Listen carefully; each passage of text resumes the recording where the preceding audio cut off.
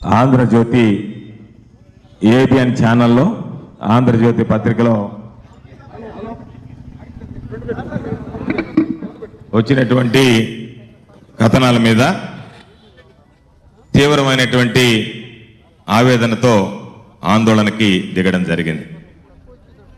అయితే ఈరోజు విలువలు ఏమాత్రం లేనటువంటి, నైతిక స్థాయి లేనటువంటి, తనలాగే అందరూ వ్యవహరిస్తారనుకునేటువంటి రాధాకృష్ణ ఈరోజు నీచాతి నీచంగా వార్తలు రాయడం, వీడియోలు చూపించడం అనేటువంటిది దౌర్భాగ్యం అనేటువంటి విషయం. చివరికి ఏమి స్థాయికి దిగజారిపోయారు అనంటే, చంద్రబాబు నాయుడు దగ్గర తెల్లగాయితం ఇచ్చి ఆయన ఏది రాసిస్తే దాన్ని తీసుకొచ్చి ప్రచురించి ఏ విధంగా మా మీద బురద జల్లాలనేటువంటి దుర్మార్గం అనేటువంటి ఆలోచన జరుగుతుంది, కుట్ర జరుగుతుంది వైఎస్ఆర్ కాంగ్రెస్ పార్టీ మీద, జగన్మోహన్ రెడ్డి గారి మీద. రాధాకృష్ణకి ఇక్కడ నిలబడి ఛాలెంజ్ విసురుతున్నాం.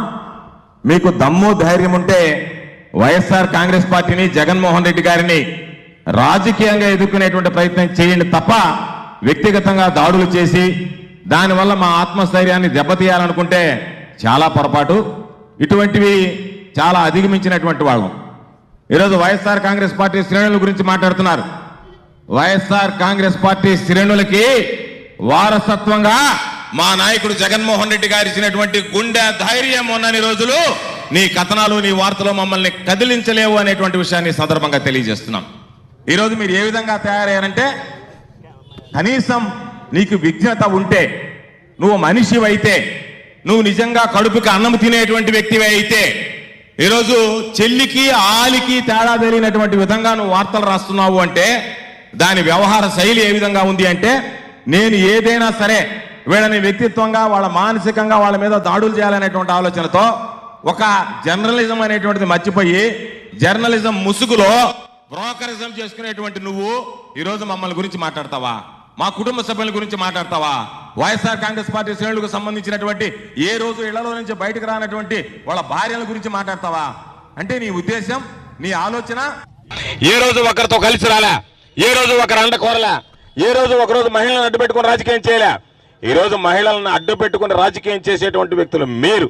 ఒక మహిళల మీద నింద వేసి ఏ విధంగా అయితే పార్టీని లాక్కున్నారో, ఏ విధంగా అయితే సైకిల్ గుర్తు లాక్కున్నారో, ఏ విధంగా అయితే చివరికి పాపం రామారావు గారి కష్టాజీతమైనటువంటి బ్యాంకు ఖాతాలో ఉన్నటువంటి డబ్బు లాగేసుకున్నారో, ఈరోజు మీరు మొసలి కన్నీరు గారుస్తూ ఆయనకి అంతలా విగ్రహాలు పెడతాం, ఇంతలా విగ్రహాలు పెడతామని చెప్పి మాట్లాడుతూ ఈరోజు రామారావు లేకపోతే మాకు మనుగడ లేదన్నట్టుగా అందరినీ కలుపుకొని అందరితో కలిసి వచ్చేటువంటి మీకు వెన్నెముక లేదా, ఒంటరిగా పోటీ చేసేటువంటి మాకు వెన్నెముక లేదా అనేటువంటిది ఆలోచించాల్సినటువంటి సందర్భం. కాబట్టి ఖచ్చితంగా మాకు వెన్నెముక ఉంది, ధైర్యం ఉంది, దమ్ముంది. కాబట్టి అన్ని విధాలా ఎదుర్కోగలిగినటువంటి శక్తి చాలా ఉన్నాయి. కాబట్టి ఒకటే విషయం చెప్తున్నాం, మీకు నీతి, నిజాయితీ, ధైర్యం, రోషం, పౌరుషం లాంటివి ఉంటే ఏదన్నా నేరుగా మమ్మల్ని వచ్చి ఎదుర్కోండి, నేరుగా వచ్చి మాతో మాట్లాడండి.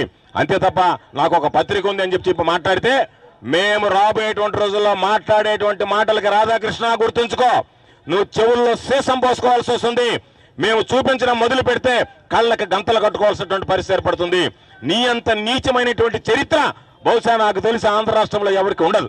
కాబట్టి అంత నీచమైనటువంటి చరిత్ర కలిగినటువంటి వాడు, ఈ నీచమైనటువంటి వ్యక్తిత్వం కలిగినటువంటి వాడు, ఈ నీచమైనటువంటి మనస్తత్వం కలిగినటువంటి వాడు నీలాగే అందరూ బ్రతుకుతారు అనుకోవడం నీ పొరపాటు అని చెప్పి ఈ సందర్భంగా తెలియజేస్తూ, తప్పనిసరిగా రాబోయేటువంటి రోజుల్లో కూడా వైఎస్ఆర్ కాంగ్రెస్ పార్టీ మా నాయకుడు జగన్మోహన్ రెడ్డి గారి నాయకత్వంలో మీరు ఎన్ని రాతలు రాసినా సరే మేము మరలా చెప్తున్నాం, నువ్వు మా మీద చాలా రాసావు, మరలా రాస్తూనే ఉంటావు. నీ రాతలకు మేము భయపడం.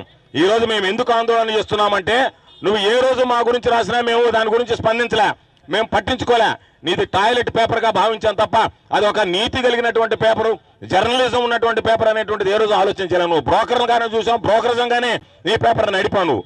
కాబట్టి ఈ రోజు మా కుటుంబాలకు సంబంధించి హీనంగా నువ్వు మాట్లాడావు. కాబట్టి ఎవరైనా నీ ఇంట్లో ఉండేటువంటి మీ చెల్లెలు, మీ కూతురులకు సంబంధించో, లేదా నువ్వు ఎక్కడైనా ఒక మహిళ దగ్గరికి వెళ్ళో, లేదా నీకున్నటువంటి ప్రస్వారంలోనో ఏమయ్యా ఇది రాశాను, దీనికి సంబంధించి మీ స్పందన ఏంటంటే నీ ముఖాన్ని ఉమ్మేస్తారు లేదా ఒక్కసారి ఆలోచన చేసుకో.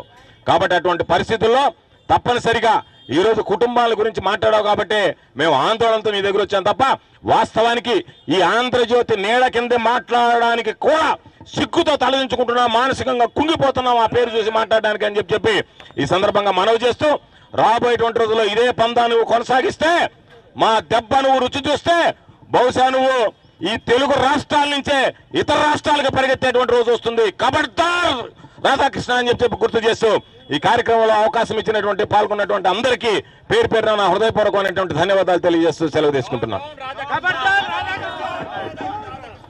ప్రజాస్వామ్య స్ఫూర్తితో ధర్నా చేసి రావడం బాధాకరం అయినప్పటికీ పత్రికా విలువను మరిచి రాష్ట్ర మహిళలను అవమానించే విధంగా ప్రసారం చేయడం చాలా దుర్మార్గం. ప్రతి ఒక్కరూ ఆంధ్ర రాష్ట్రంలో మహిళలంతా కూడా బాధపడుతున్నారు. ఇంత నీచంగా దిగజారిపోతున్నారు ఎందుకు అని చెప్పి ప్రశ్నిస్తున్నారు. గతంలో ఏమీ జరగకపోయినా మహిళలను గౌరవిస్తామన్న రీతిలో మీరు మాట్లాడుతూ వచ్చారు. మేమేమి చేయకపోయినా మమ్మల్ని అవమానించే రీతిలో మీరు మాట్లాడారు. ఈరోజు ఏకపక్షంగా ఆంధ్ర రాష్ట్రం ఏ ప్రాంతంలో చూసినా మహిళలను రేప్ చేసే విషయంలో కానీ, మహిళల పైన దాడులు చేసే విషయంలో కానీ, పసిపిల్లలను రేప్ చేసే విధానంలో కానీ చర్యలు చేపట్టకపోగా ఇంకా రెచ్చగొట్టే విధంగా వ్యవహరిస్తుండడం చాలా దారుణం. ఇప్పటికైనా ఈ పద్ధతులు మానుకొని ఏదైతే మహిళలను అవమానించే రీతిలో ప్రచారం చేసినటువంటి వీళ్ళు